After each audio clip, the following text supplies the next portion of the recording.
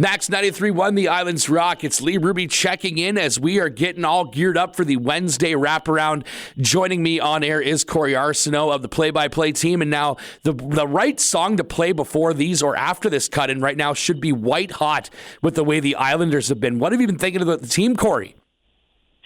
Well, I'll tell you what, they're entertaining to watch, first and foremost. 7-3 in their past 10, coming off their biggest win of the season against the Moncton Wildcats this past weekend at the Eastlink Center in Charlottetown. It took them 8 tries, but they finally got a win, and certainly it was a big weekend. Wins against Baie-Comeau and Moncton this past weekend, and playing some great hockey, but it doesn't stop. Important games here down the stretch.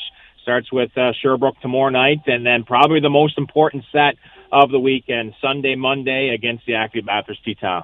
Yeah, and I mean, they're on the road and back, so they got a kind of like a home-and-home situation with them, so some travel in there too.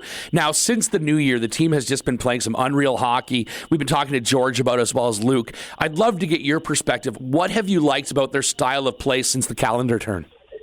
Well, first things first, when you have new faces in the lineup, it takes an adjustment period, right? And we always say you got to give them till at least Christmas time to kind of see what you have, and then you'll see them kind of take a step in the second half. And I think that's exactly what you're seeing here right now with the Charlottetown Islanders. I mean, it's a new country for some, new billets, new teammates, new systems, and it takes a while to be adjusted. You got to remember, they're just kids. It just doesn't click like that overnight. And, all the way through this, the coaching staff has been ultra positive, even with the tough start in September and October, and you're starting to reap a little bit of the rewards here right now. But it starts with goaltending, and Nick Ruccia and Donald Hickey have been sensational. A 1-2 punch that has given them an opportunity to compete and start and win hockey games each and every night.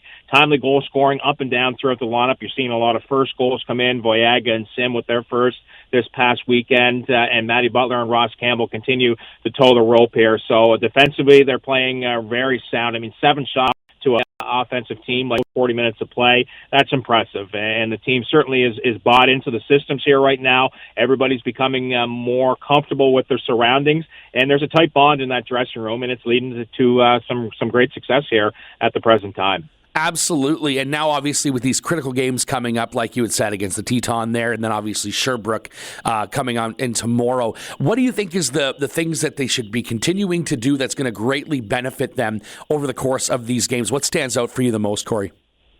Well, I mean, once again, it's just great starts here, too. I mean, this is a much better team when they get the lead. And that certainly is key here right now. I mean, 2 of the next 3 games are on home ice, and the team has played much better on home ice as of late as well. 13-9, 2-1 on the season after a tough start. So for the Islanders right now, it's just continuing to do your role. Find a way to get it done here. Sherbrooke's a team that may be punching above their weight class a little bit coming in on Thursday. They play tonight in Bathurst, so the Islanders will be rested. Sherbrooke will be playing their second game in less than 24 hours. And then, you look at Bathurst here right now, they're 1 game ahead of us in the schedule. We got a game in hand, I guess I should say. We're 1 point behind them. It's really a climb to try to get out of that 7th spot. You're trying to set yourself up with the best case opponent in the first round. Yes. And right now it's Rimouski, the Memorial Cup host. If the playoffs started today, if not, it would be Moncton. You really want to try to get to that 6th seed so you can play the 3rd seed. It's not saying that's going to be easier, but you're into the teens now, right? It's kind of the grinding part of the schedule here where you're jockeying for playoff position. But I love the way this team is playing here right now, and it should be another exciting weekend.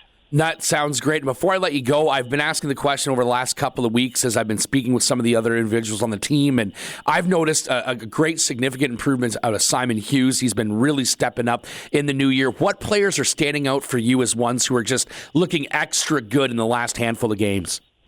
Well, you talk about Simon Hughes, and it wasn't an easy first half of the season, right? I mean, 4 20-year-olds, not sure if he was getting in or out of the lineup. He was out of the lineup quite a bit. He's a fan favorite through it all. He's had a smile on his face. He's been positive. He's been awesome in the community.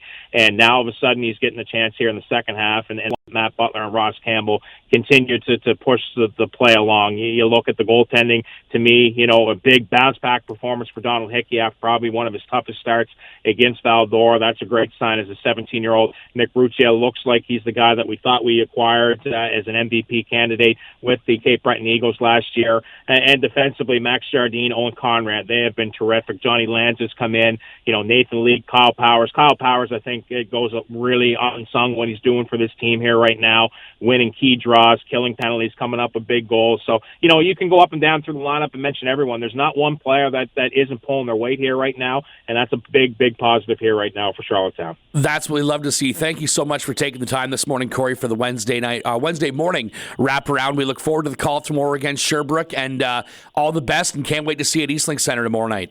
Anytime, Lee.